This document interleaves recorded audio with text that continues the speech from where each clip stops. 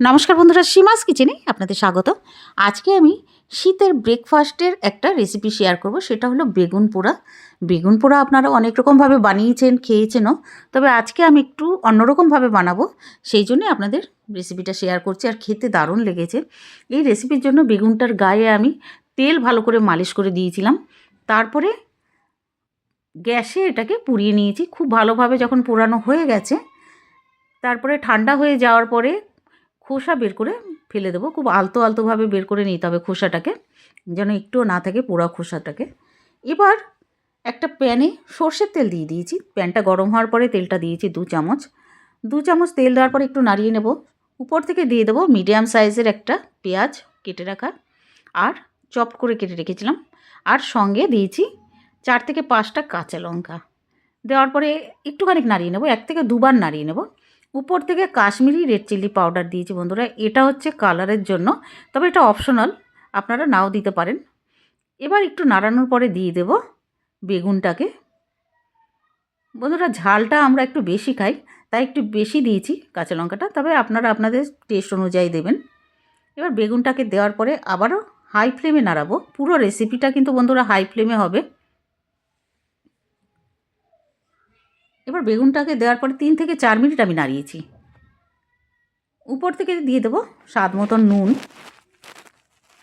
বেগুন পোড়া অনেক রকমভাবে হয় বন্ধুরা, একবার এইভাবে বানিয়ে ফেলবেন। আমি অন্যরকমভাবে আগে বানিয়েছি, কিন্তু এটাও খুব ভালো লাগলো খেতে, তাই শেয়ার করছি আপনাদের সঙ্গে।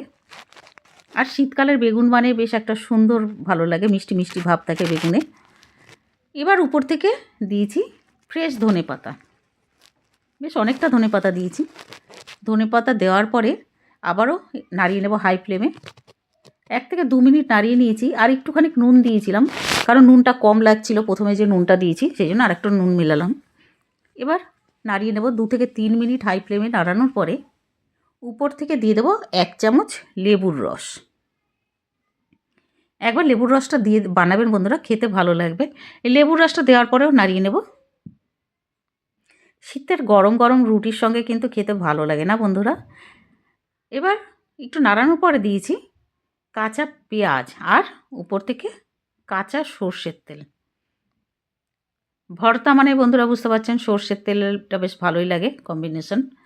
দেওয়ার পরে একটু নাড়িয়ে নেব, বেশ 1 মিনিট মতন নাড়িয়ে নেব, খুব বেশি না কিন্তু, হাই ফ্লেমে 1 মিনিট মতন নাড়িয়ে নেব। তারপরে একটা প্লেটে শিফট করে নেব। তৈরি হয়ে গেছে খুব সহজভাবে তৈরি বেগুন পোড়া রেসিপি। আর সঙ্গে গরম গরম রুটি থাকলে বন্ধুরা সার্ভ করলে কত টেস্টি লাগবে। তো পুরো ভিডিও দেখার জন্য ধন্যবাদ। আর ভিডিওটা ভালো লাগলে প্লিজ লাইক করে দেবেন, সাবস্ক্রাইব করে দেবেন, আর শেয়ারও করে দেবেন। আর কমেন্ট করে জানাবেন যে এইভাবে যে বেগুন পোড়াটা করেছি আপনাদের খেতে কেমন লাগলো। ধন্যবাদ বন্ধুরা।